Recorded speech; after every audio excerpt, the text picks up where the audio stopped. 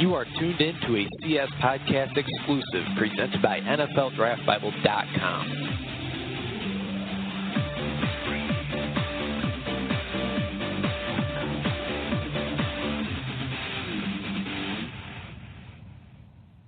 Welcome back to another episode of the CS Podcast presented by the NUC NFL Draft Bible. Can't stop, won't stop. Check us out, NFLDraftBible.com, for a 30-day free trial. Use the promo code DRAFT2016.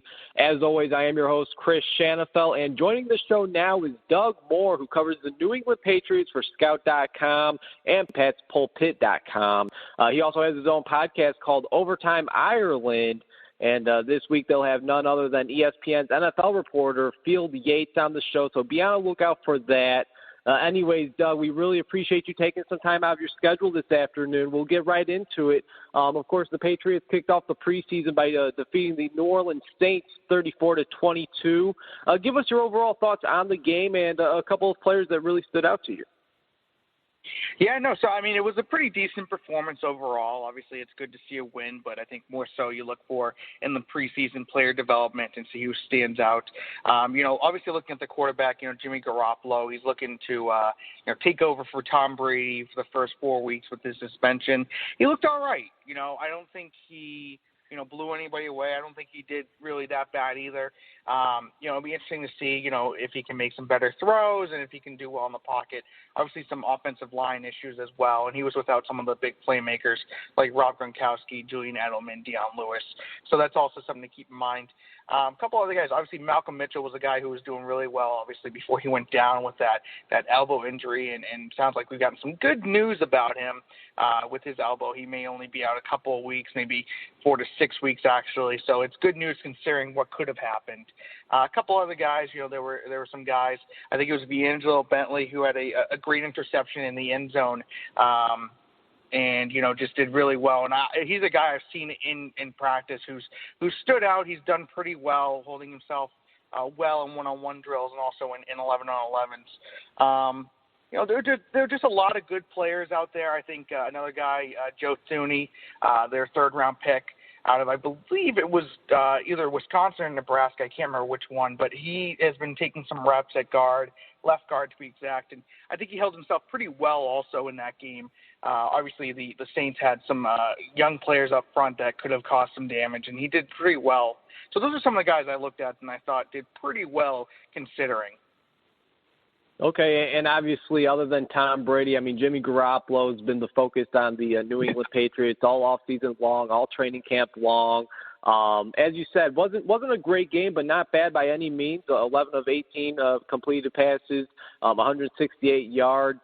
Overall, though, how would you evaluate the camp that Jimmy G has put together so far? And for that performance against the Saints, I mean, was that kind of what you were expecting? Were you expecting more? I mean, give us your... Yeah, so everybody, I think, expects or hopes, really, that he's going to come out, he's going to do really, really well, and everybody's going to breathe easy in New England. Obviously, there's a big drop-off in talent between Tom Brady and Jimmy Garoppolo still. But no, I think this is right about where we expected him. Week one, maybe he's a little rusty. Obviously, this is, he's got a little more added pressure being the starter. He knows that for the first 4 weeks. Again, he was without some of his top, what would be top playmakers, Gronk, Edelman, and the offensive line didn't do that well. They're still missing Sebastian Vollmer. And I don't believe Brian Stork played in that game. He might have. I'm not sure. He was just coming off a concussion. So, again, it's a situation where, all things considered, it was a decent game. Stat-wise, he was fine. Performance, he was fine. And I think as the preseason progresses and some of the playmakers come back and practice and also play in games, I think he'll be better. Now, I'm not saying he's going to have dynamic stats, but I think he'll do pretty well. And really anything from his training camp / other practices, he's been doing all right. There's been no issues.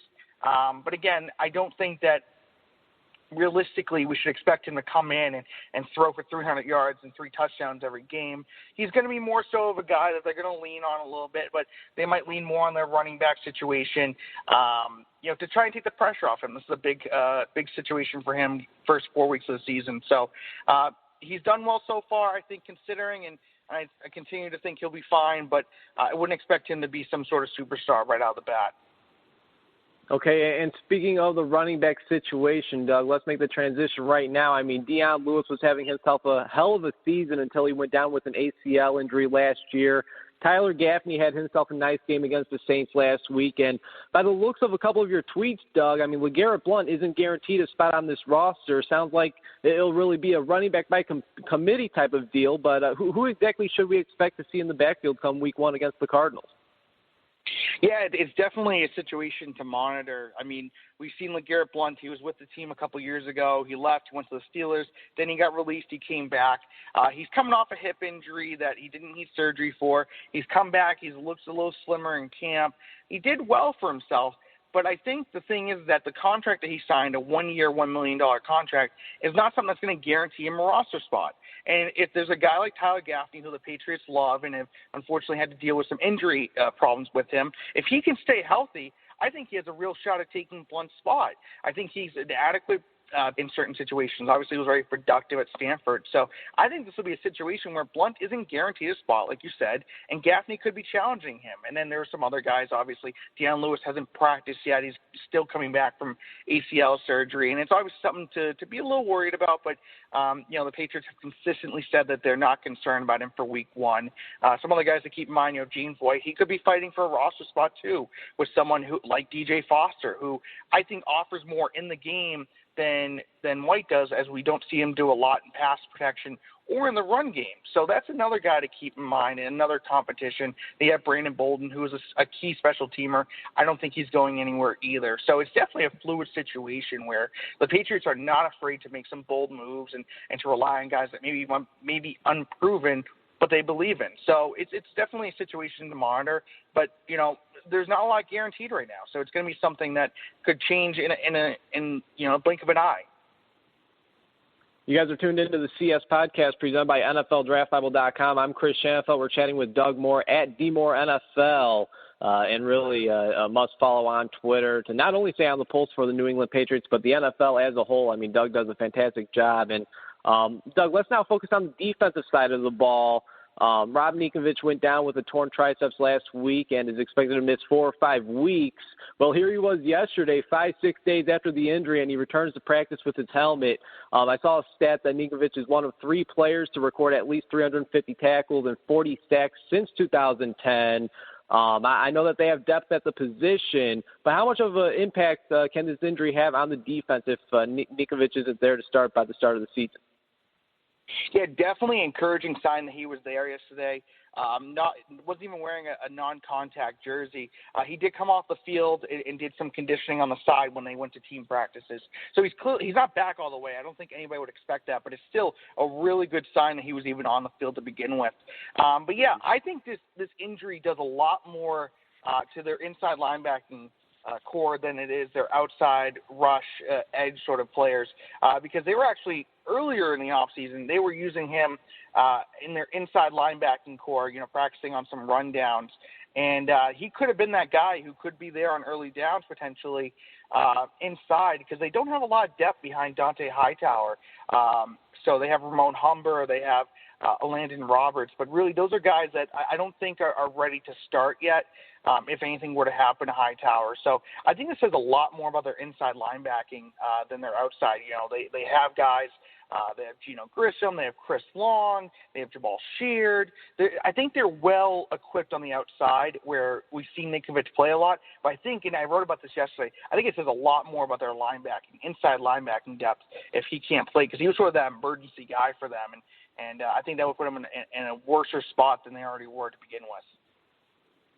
Wow. All right. And you know what? I mean, obviously, he's kind of been the unsung hero, it seems like, at least the last few years there on that Patriots defense. A guy that doesn't get a ton of credit, but then, once he's missing, I mean, they certainly feel it there on that defense, especially, like you said, maybe inside, outside. I mean, it certainly could have a big impact if he's not there by week one or early in the season. But again, he's only expected to miss 4 to 6 weeks with this torn tricep. So certainly something to keep an eye on. Now, Doug, I can't have you on without asking about a 6th-round draft pick out of Eastern Illinois, Kamu Grugier-Hill. A little bit on the smaller side, but the Patriots do have him listed at outside linebacker on their official website. And from what I've seen, he's been there. He's been lining up at outside linebacker. There were some questions early on, maybe he'll make the move to safety. He played outside linebacker at Eastern Illinois, but again, an FCS program. You see a lot of undersized guys there at the outside linebacker position, such as Grugier Hill. But what do you think are his chances to make the 53-man roster? Obviously, he'll have to have a big impact on special teams. I mean, that's where he's going to make his money early on in his career. But it sounds like he's been a player that has already impressed Bill Belichick early on. Yeah, he has. This was a guy that really, when they made the draft pick in April, sort of threw some people off because I don't think anybody thought of him really as a prospect. And of course, you being a small school guy, I don't blame you one bit to be rooting for him. I am too. Definitely a little bit undersized. He is, 6'2", 220, not at least size-wise, weight-wise, he's not as big as you'd like for an outside linebacker, but I think he's in a situation where he could make it. The Patriots love hybrid players who can play multiple positions, and I think this is a situation with Grugier Hill as well, where he could play a little bit of outside linebacker and a little bit of safety, sort of like what we've seen with the Rams using Mark Barron. We're seeing a little bit more and more of that with the linebacking and safety sort of hybrid position. I think it might be his calling card. I think he's going to be a depth piece, but I think, with how he's shown in practice and also in, what we saw on Thursday, I think he has a pretty good shot of making the team. Like you said, special teams might be his calling card at least year one, but I think he could still play on some sub packages on defense. But yeah, he's done really well so far, all things considered, being a 6th-round pick out of a small school like Eastern Illinois. But no, he's doing pretty well, and I think his size makes for an interesting situation where he could play multiple positions. But yeah, I would say he's got about a 75-80% chance right now of making the 53-man roster if it started today. All right, certainly good chances right there. And just a couple more questions for you, and then we'll let you run. Doug, really do appreciate you jumping on this afternoon. This week, the Patriots are hosting the Chicago Bears for joint practices before their game on Thursday night. There's a couple former Bears that are now on the Patriots roster, of course, tight end Martellus Bennett. And I'm curious as to hearing what your initial thoughts have been on linebacker/defensive end Shea McClellan, who may have an increased role now with Ninkovich missing some time. I know that you said that the Ninkovich injury may affect more of the inside linebackers than the outside, but again, I mean, the Patriots supposedly had a lot of interest in McClellan when he was coming out of Boise State back in 2012. He had a tough go around here in Chicago, changed positions from defensive end to inside linebacker, and now, if I'm not mistaken, it looks like he has his hand back in the dirt. What does Belichick see in McClellan, and what do you see in Shea McClellan so far? Yeah, so again, going back to it, I think that, a lot of things, or at least one of the biggest things that Belichick likes to look for is those who can play multiple positions just because of their versatility. And that's something that Shea McClellan offers. He played a little bit of inside linebacker and also outside linebacker along with defensive end while with Chicago. He was inconsistent, I guess you could say, through his time. And obviously the team had a lot of interest in him, the Patriots, that being when they gave him a 3-year contract. I believe it was $9 million over 3 years. So that's still a decent amount of money for a player who's been inconsistent, I guess you could say. I'm sure you know a little bit more about him than I would, at least from his time in Chicago. But, he's in an interesting situation. We've seen the Patriots, bring in players that may have not done well with their previous teams and really shine. It's a potential situation where we could see that. Maybe he's more of a fit on the outside linebacker, defensive end sort of scheme. So he could be a guy who, like you said, because of Rob Ninkovich's injury, would have to step up and take his role, and that's what it's looking like right now. So I think it's going to be interesting to see if he has a chance to bounce back and be a little more of a consistent role player and provide more pressure on the outside with the absence of Ninkovich and sort of be, again, what we said originally, inconsistent in Chicago. Hopefully he can be the opposite of that in New England. But I think so far he's done pretty well. There's obviously some skepticism with how he did in Chicago, but I think there's reason to believe that Belichick could, get something out of him that we didn't see before. So, obviously he might be the guy for the future. Ninkovich is still 32 years old. So even after the season when his contract is up, Shea McClellan could take his role after that in 2017, maybe beyond that. So I think there's reason to believe he could bounce back. I'm not saying that he's automatically going to, but where he's playing right now and how he's done so far, there's a good chance he could help at least fill in some of what Ninkovich was doing. It's very hard to, but he's done well so far, and I think he continue to do well. Not superstar level, but a consistent performer, hopefully. I'll tell you what, Chicago Bears fans all around are keeping their eyes on Shea McClellin and seeing how well he does there in New England because, like you said, that 3-year, $9 million deal, I mean, that's not chump change right there. I mean, a pretty nice contract, especially looking at McClellan, what he's done early on in his career here in Chicago. Certainly a player to keep an eye on. And then, of course, Martellus Bennett, that tight end duo right there, Martellus Bennett and Rob Gronkowski. I don't think there's any question that is certainly the best tight end duo in the NFL and kind of brings me back to the Aaron Hernandez and Rob Gronkowski days. I mean, I could certainly see that duo being just as effective. Final question before I let you go, Doug. Again, really do appreciate you taking some time. What do you want to see in this week's preseason game against the Bears? What are some of the things that you saw from last week's game against the Saints that you wanted to see the Pats improve on?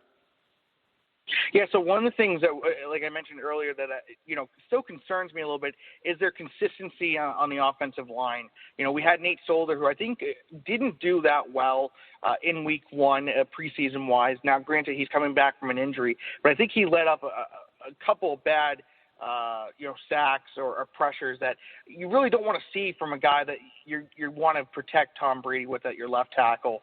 So I'm curious to see that along with, just how they do along the line. They still have a competition with David Andrews and Brian Stork at center. And then you have some just guards who are hoping to fill in, whether it's Jonathan Cooper who's still out, Joe Thuney,